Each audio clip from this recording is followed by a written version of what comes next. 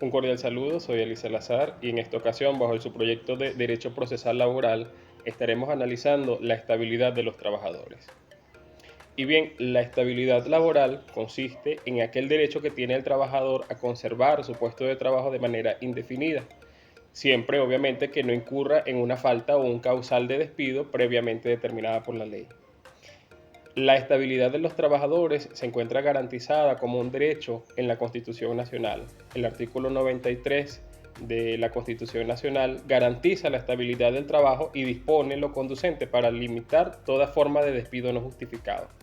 De igual manera, la Ley Orgánica de Trabajo de los Trabajadores y de las Trabajadoras en el artículo 85 señala la estabilidad como un derecho que tienen los trabajadores a permanecer en sus puestos de trabajo, señalando además que es una garantía de permanencia.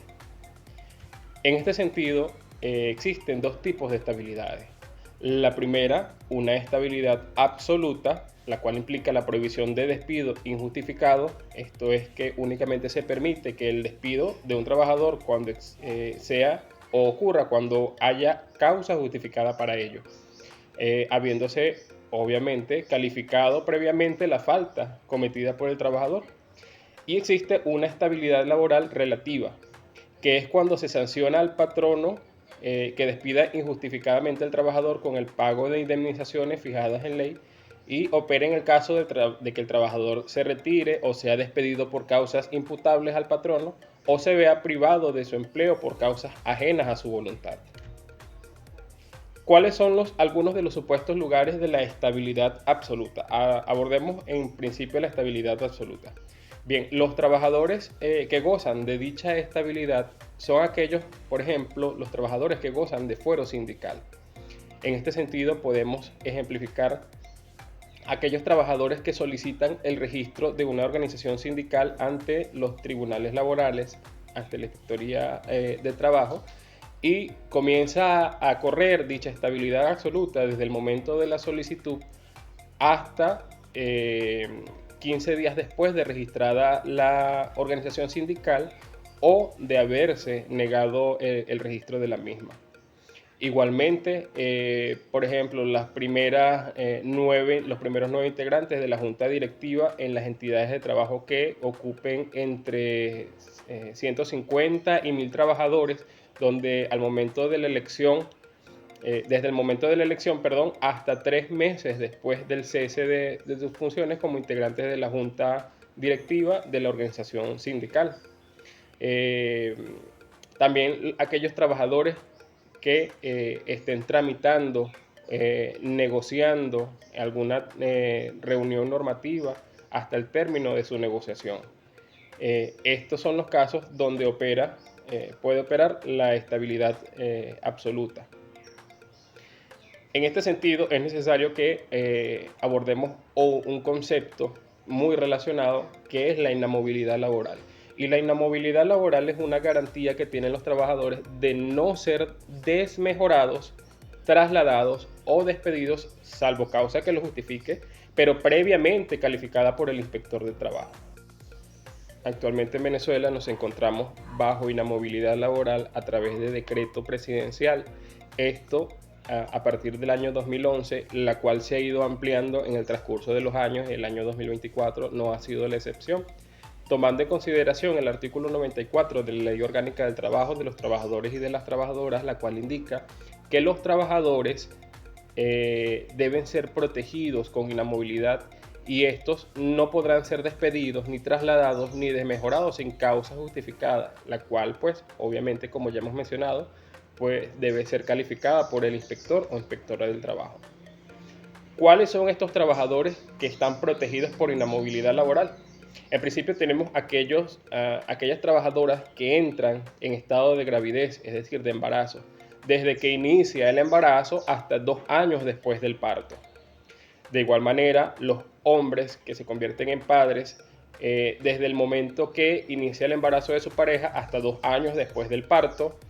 Aquellos trabajadores o trabajadoras que adopten niños menores de 3 años y que comienza a correr desde que se produce la adopción hasta 2 años después De igual manera, aquellos trabajadores que tengan hijos o hijas con alguna discapacidad o enfermedad que les impida o dificulte valerse por sí mismos, aquellos trabajadores que durante que están bajo una suspensión de relación de trabajo, y además aquellos casos que están contenidos en la ley que tienen prohibición de despido, por ejemplo, durante las vacaciones, los que sufren o alguna discapacidad parcial o permanente, así como aquellos delegados de prevención ante el INSACEL.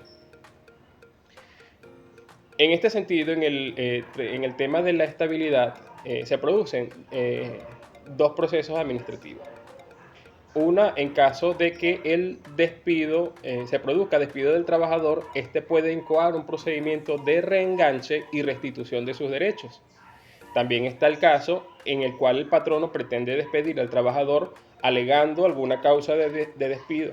En este caso, el procedimiento que incoará ante la Inspectoría de Trabajo será un procedimiento de calificación de falta o solicitud de autorización de despido. En el primer caso, el procedimiento de reenganche y restitución de los derechos. Esto ocurre, pues como ya hemos dicho, cuando un trabajador amparado por el fuero sindical o por inamovilidad laboral es despedido, despedida, trasladado, desmejorado.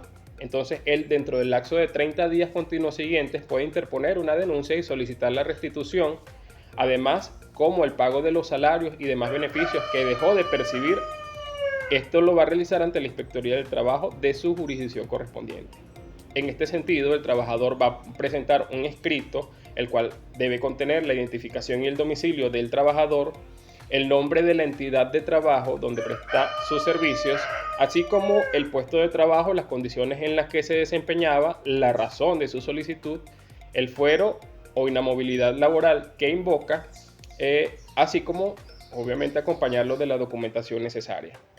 Luego el inspector de trabajo examinará la denuncia dentro de los 2 días siguientes a la presentación y declarará si admite la demanda una vez observado si cumple con los requisitos establecidos que ya mencionamos. Si queda demostrada la procedencia de la inmovilidad laboral, existe la presunción del reenganche de la relación de trabajo, alegada, entonces el inspector va a ordenar el reenganche y la restitución de la situación anterior, con el pago de los salarios caídos y demás beneficios dejados de percibir.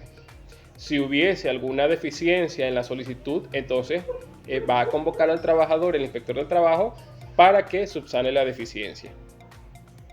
Luego un funcionario de la Inspectoría de Trabajo se va a trasladar acompañado del trabajador afectado pues, al lugar de trabajo de este y procederá a notificar al patrono y a su representante de la denuncia que fue presentada ante la inspectoría para que se proceda al reenganche y la restitución de la situación jurídica que se infringió.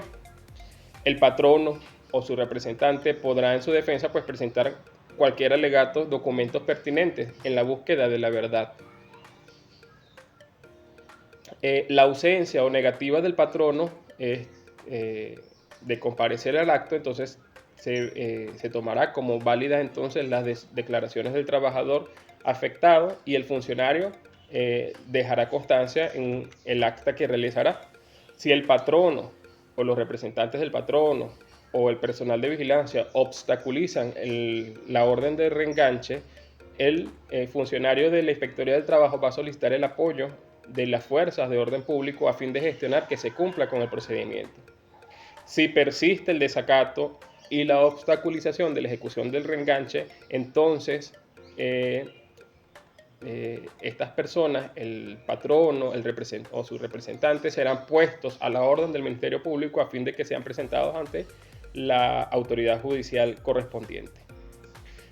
Cuando el acto, en medio del acto no se pueda comprobar la existencia de la relación de trabajo alegada por el solicitante, el funcionario pues informará a ambas partes del inicio de una articulación probatoria sobre la condición del trabajador que fue y en este entonces, suspende el procedimiento de reenganche y de restitución.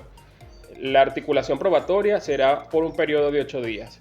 Los 3 primeros días va a ser para promover pruebas y los otros 5 pues para evacuar las mismas. Terminado este lapso, el inspector pues decidirá sobre el reenganche y la restitución en los 8 días siguientes. La decisión que él tome en materia de restitución será inapelable, quedando pues a salvo el derecho de las partes de acudir a los tribunales. En caso de que se produzca el reenganche, los tribunales de trabajo competentes no le darán curso alguno a los recursos contenciosos administrativos de nulidad hasta tanto la autoridad administrativa de trabajo no certifique el cumplimiento efectivo de la orden de reenganche y la restitución de la situación jurídica infringida. Ahora el caso contrario. Cuando el trabajador, el patrono, perdón, pretende despedir a un trabajador, en este caso opera el procedimiento de calificación de falta o solicitud de autorización de despido. En este sentido, el patrón que pretende despedir por causa justificada a un trabajador deberá solicitar autorización correspondiente al inspector de trabajo dentro de los 30 días siguientes a la fecha en que el trabajador cometió la falta alegada para justificar el despido, o la causa de traslado o la de modificación de las condiciones de trabajo. ¿Cuál es el procedimiento? Bien, en principio el patrono deberá dirigir un escrito a la Inspectoría del Trabajo de la jurisdicción donde el trabajador presta sus servicios, indicando el nombre, el domicilio del solicitante, el carácter bajo el cual se está presentando, el nombre y el cargo, nombre, cargo y función del trabajador o trabajadora del cual se pretende despedir, trasladar o modificar las condiciones de trabajo y las causas que se indiquen para ello. El inspector, dentro de los 3 días siguientes a la solicitud, entonces notificará al trabajador a los fines de que comparezca a una hora pues determinada del segundo día hábil siguiente a cuando ha sido notificado, para que dé contestación a esta solicitud. El representante de los tribunales pues exhortará a las partes a que concilien.